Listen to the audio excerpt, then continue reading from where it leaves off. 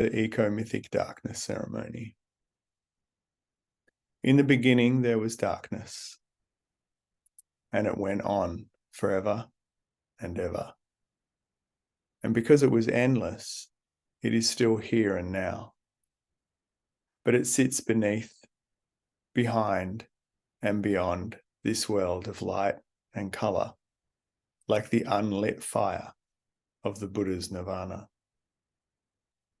Behind, beneath, and beyond all, there is always darkness.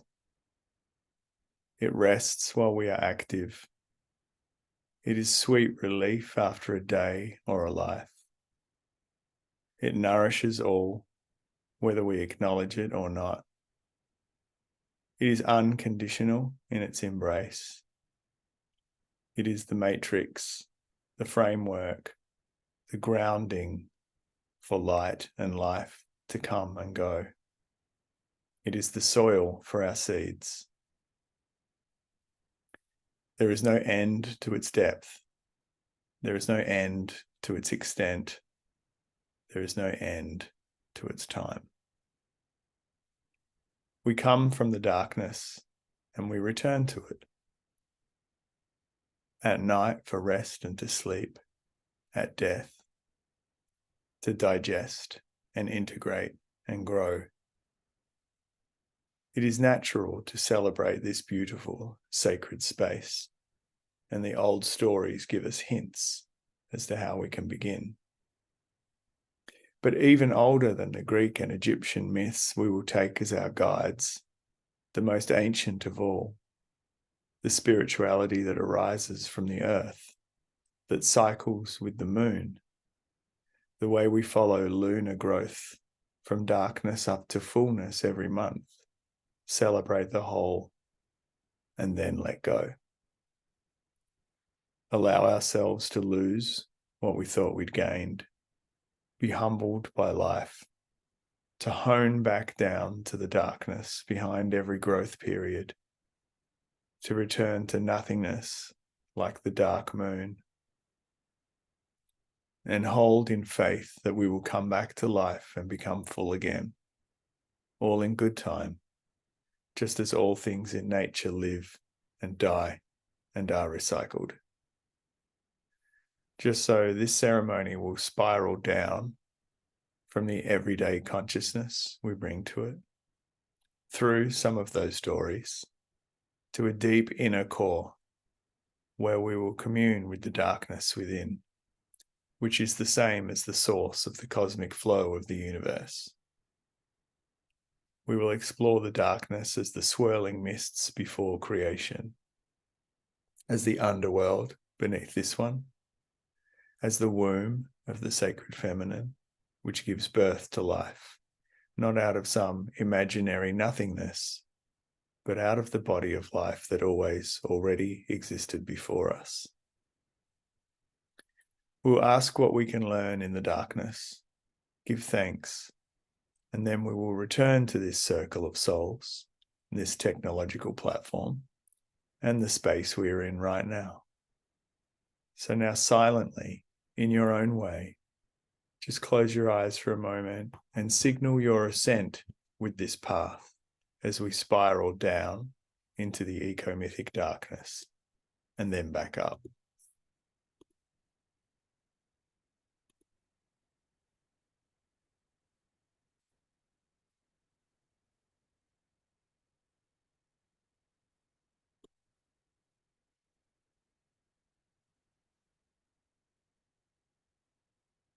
Welcome, friends.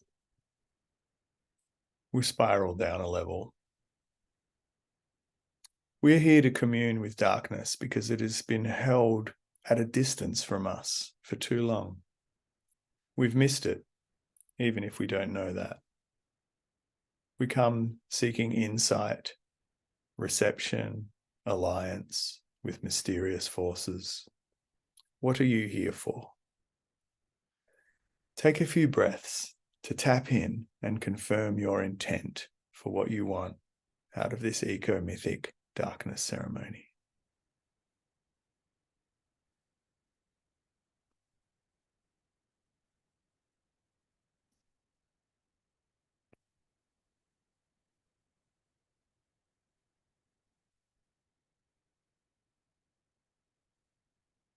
Dear Spirit of Darkness, we approach with respect and gratitude for your endless presence. We seek the aspects of your power that can help us to gain deeper insight to ourselves, that can answer our inner prayers, and that do no harm, but help to release all beings to the place that is best for them, in whatever circumstances they find themselves in whatever current relationship they are to us. We choose to spurn the aspects of darkness that seek harm, that undo good works, that are tempted to act out of revenge and hatred, greed and ignorance. We need nothing so much that we would accept the help of malevolent spirits, which we recognize also exist in the darkness, waiting to be manifest by unprepared souls, finding easy vehicles in the body minds of those who accept what scraps of power might appear before them, taking advantage of the chaos and confusion that is apparent everywhere around us today. We do not need to offer them any more power than they already have. We are here only for the energies that serve the betterment of all beings, who also reside in darkness, as they do in light. We now each silently confirm that we welcome only the regenerative, liberating aspects of the great mysterious darkness.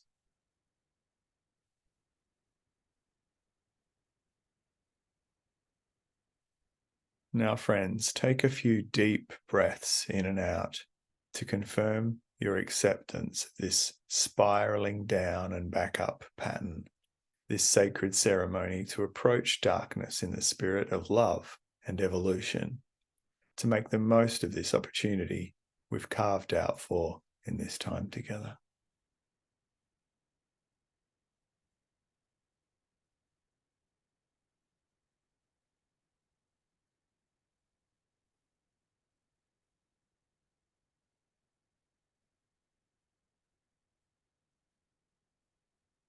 We spiral down a level. Here, there is no separation between the original cosmic flow of universal consciousness and matter, the spirit that it all arises from, and this everyday world we call life. The light we see all around us emanates out of darkness and remains part of it. The darkness behind the universe is, in fact, also the universe. The forms we experience, like our bodies, buildings, furniture, food, are also real emanations of this same cosmic flow, even as they are also empty of any abiding reality. Form is empty, and emptiness is form. Light is part of darkness, and darkness is part of light. This is the Zen and the Tao. So the darkness we want to reconnect with is not so far away. And this is the spirit of Samhain or Halloween, when the veil is thin between the worlds. But it actually applies everywhere, all the time. Now I'm in the southern hemisphere, a long way from my Celtic and Norman ancestral lands, but their stories still move through me. They are part of my psyche. Here in Australia, it is Beltane. So while those of you in the global north are harvesting pumpkins and preparing for winter and more darkness, we're celebrating the coming of spring and looking forward to abundance. No matter, for the old people would celebrate their dead, their ancestors, with feasting and laughing. This might be an occasion for solemn reflection, but it's also a moment for celebration. We are not alone, and we learn from those who went before, who got us here.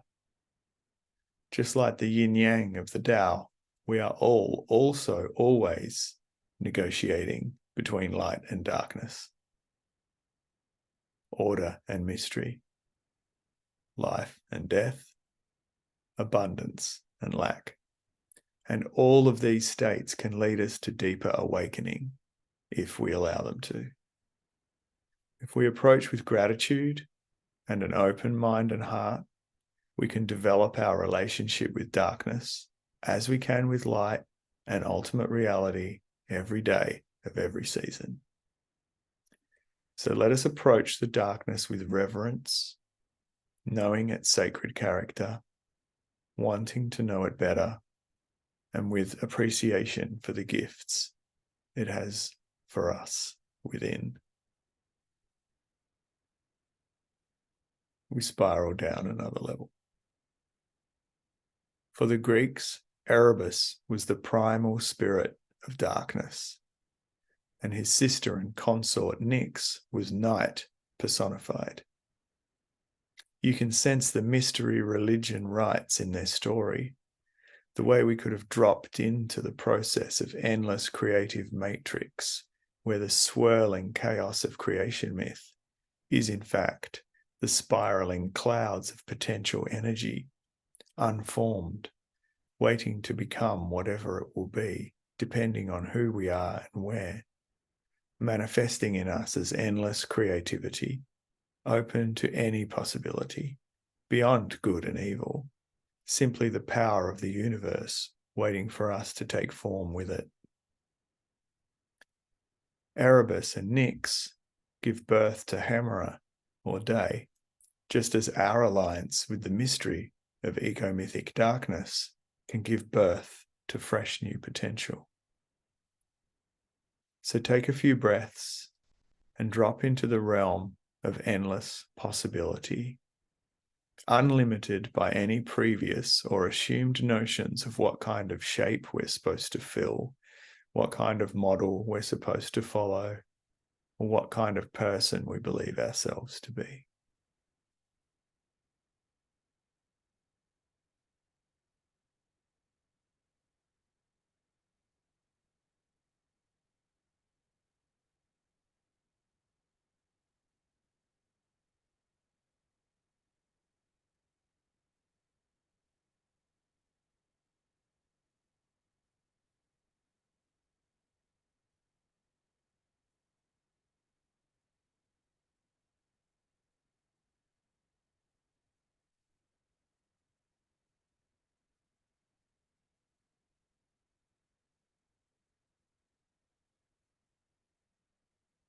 Take note of what you find when you sit with the unformed, swirling mists beneath everything.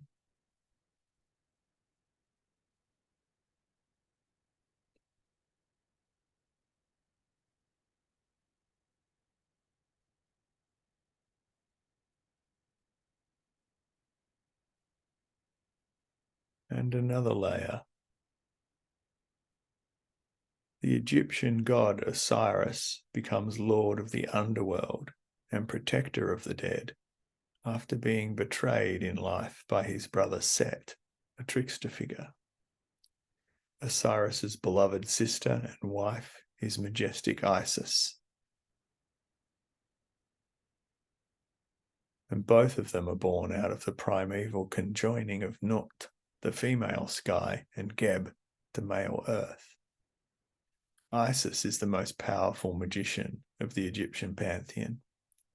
She pieces Osiris back together again for long enough to give miraculous birth to their son Horus, who will join Ra to rule from the skies above, while All-Father Osiris descends to rule the underworld in the darkness below.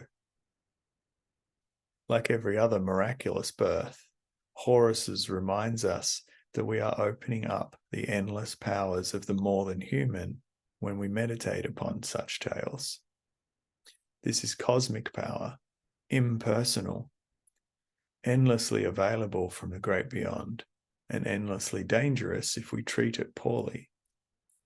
This is why we approach with respect and gratitude, humble but prepared to do as we will, ready to choose and act to turn the power of darkness, like the power of light, to the benefit of all beings, preferably us included.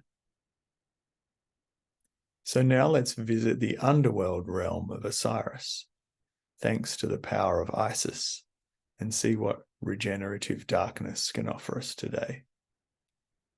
Take a few breaths and drop into the space beneath your world on the other side, once the sun has gone to sleep, where we go when all hope is left behind, when we surrender through symbolic death to what will arise in the underworld.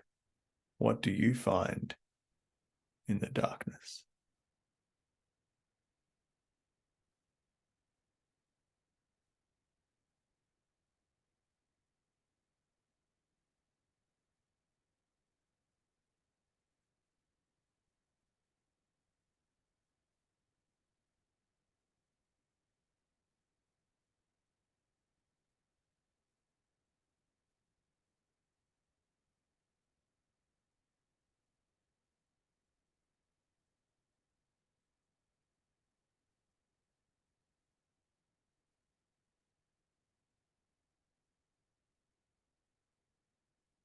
Spiral down another level.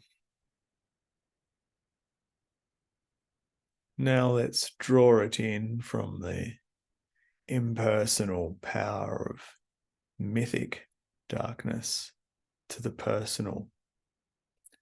This part might hurt a little, but we must explore our own darkness to find out what we might have left or hidden here before. What did we hide down here in our own personal pain because we needed to leave it out of our growing consciousness, or give it time to rest, or let it heal? Is there something here we might be ashamed of or would prefer to keep hidden? That's fine. Perhaps whatever we keep protected in our own personal darkness needs to stay here longer. Perhaps it will appreciate our warm-hearted, caring and compassionate presence for this time. Perhaps it will thank us for keeping it protected here. The darkness can be kind, after all, and it is endlessly patient. So give yourself a few breaths to offer space to what is in your own inner darkness. Let it be, or let it become what it wants to be now, or let it speak, teach. Just accept and embrace whatever is here, and it will do the rest.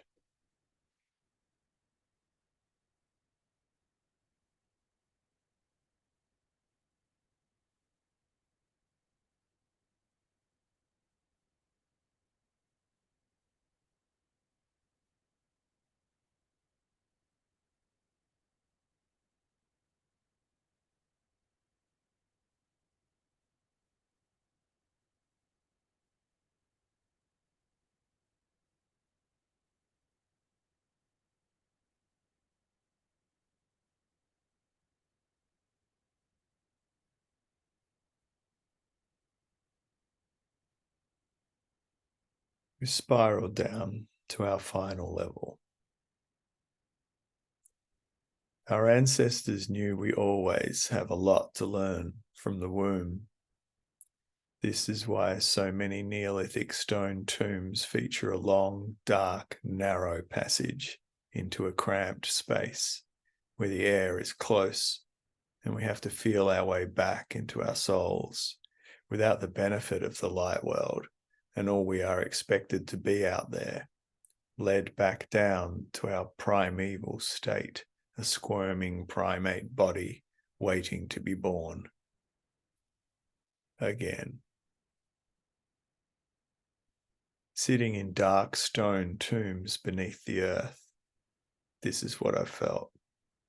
Return to the womb, to a sense of mysterious not knowing, to an experience of wanting to live, but being held in limbo by something greater than I, humbled before the power and majesty of the life force of the universe, until I was allowed once again to be rebirthed into life.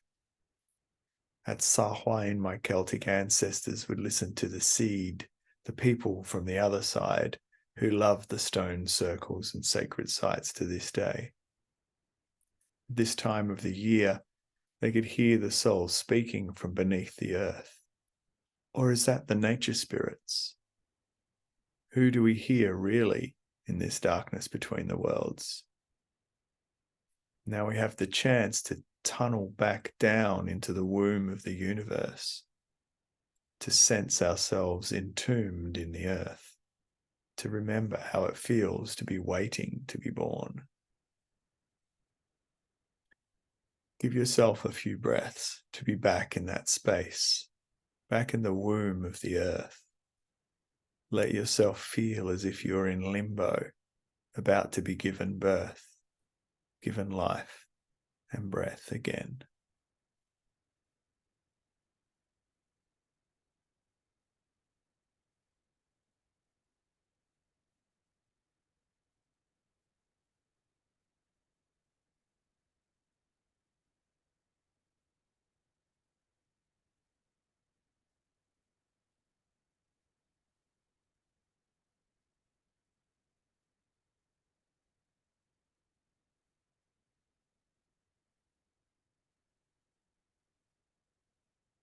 We begin to spiral back out of the blessed darkness. We've approached the darkness with reverence, sought only the regenerative aspects of its power, given ourselves over to the swirling mists, delved into the underworld, allowed our own personal darkness a little breathing space, and returned to the womb. It's quite a tour. So while we're here, let's find a way that we can allow ourselves to build alliance with the darkness.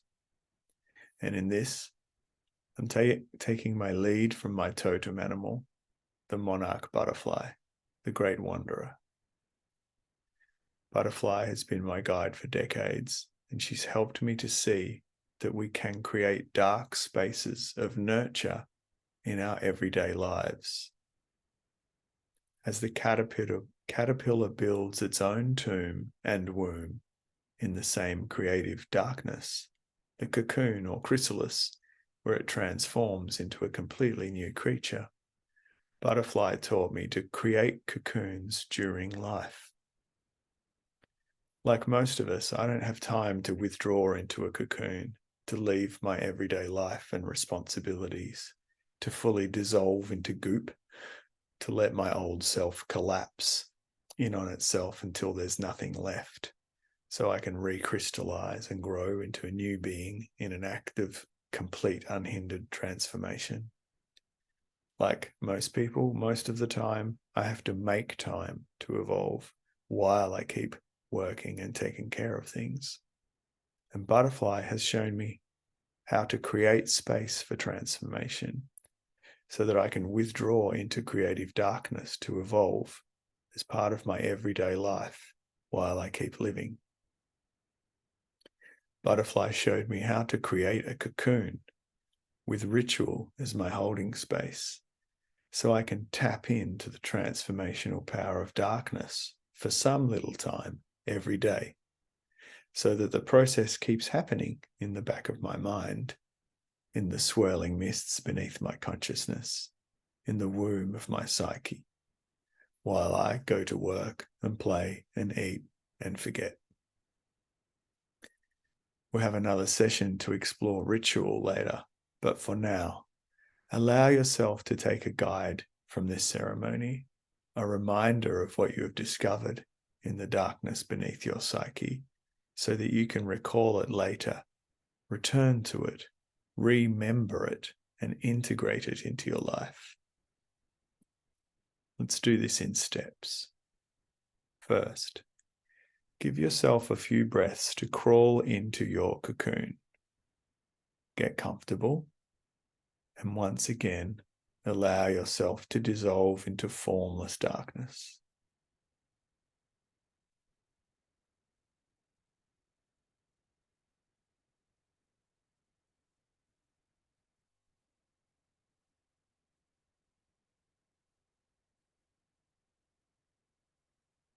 Next, give yourself a few breaths to remember your faith.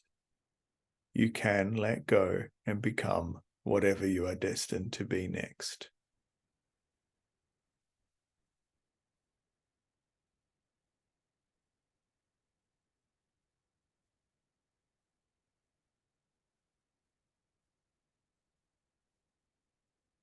Next, give yourself a few breaths to sense the crystallization process beginning to take hold. You are becoming a new creature, refreshed by this dissolution into darkness.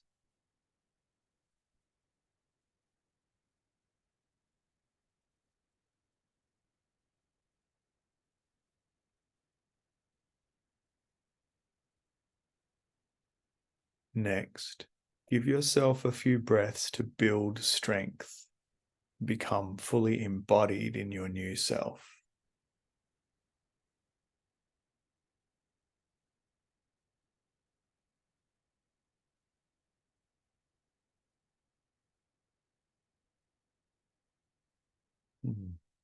Next, give yourself a few breaths to break out of the cocoon, to crack open the chrysalis, to breathe in fresh air and push aside that old husk. Break out now.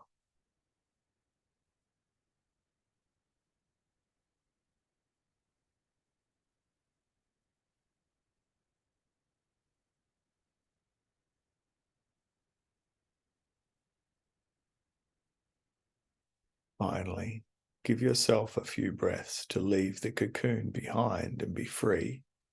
We honor the darkness for allowing us to take this power.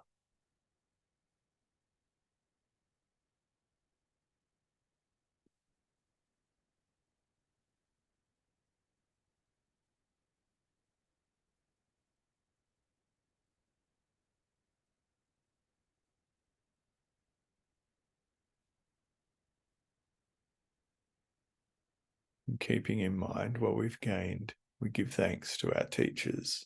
I express my gratitude to Butterfly as my life totem for helping me to stay on track and informing this step in the ceremony. Now we spiral back up one more level.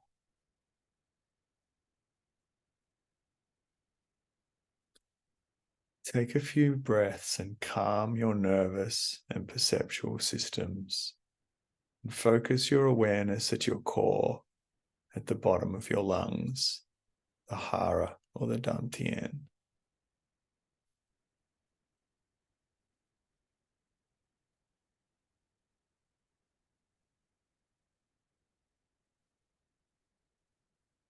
From your core, sense the way your body is part of your mind.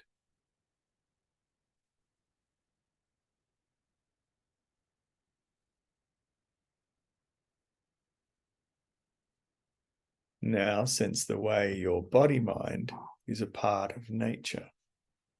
Feel the place around you, the way your body is one body among others, the way we all form part of a community of soul, wherever we are in our particular place on earth right now.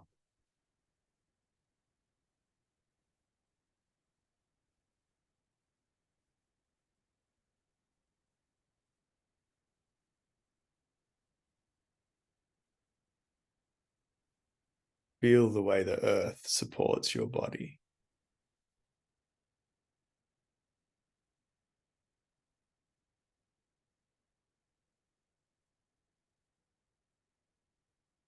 Give thanks for the way the earth holds you no matter what.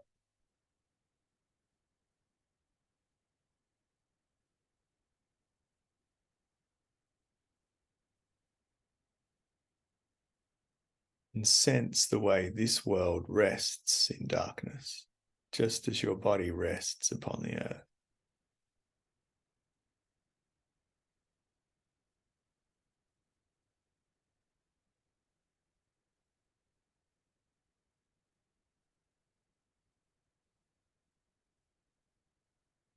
Now bring your attention back to your body and sense how you and the earth both rest on darkness as a part of the cosmic flow of the universe.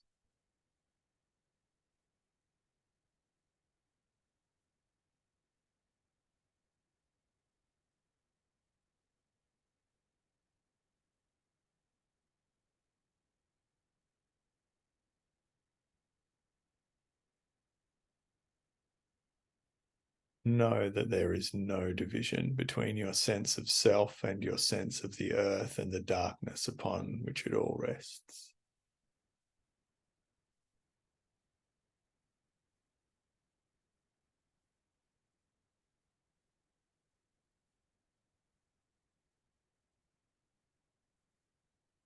And give thanks to life for this experience of being, and bring it with you. Bring that sense of oneness as you slowly return to your human identity, gently returning to your name and your personality and your body, mind in this life, in this place, so that it's all integrated. Cosmic flow, the inner darkness, ego and soul and heart and spirit, all manifest right here and now as you in this unique, unrepeatable moment. A few breaths just to bring that all online, all together.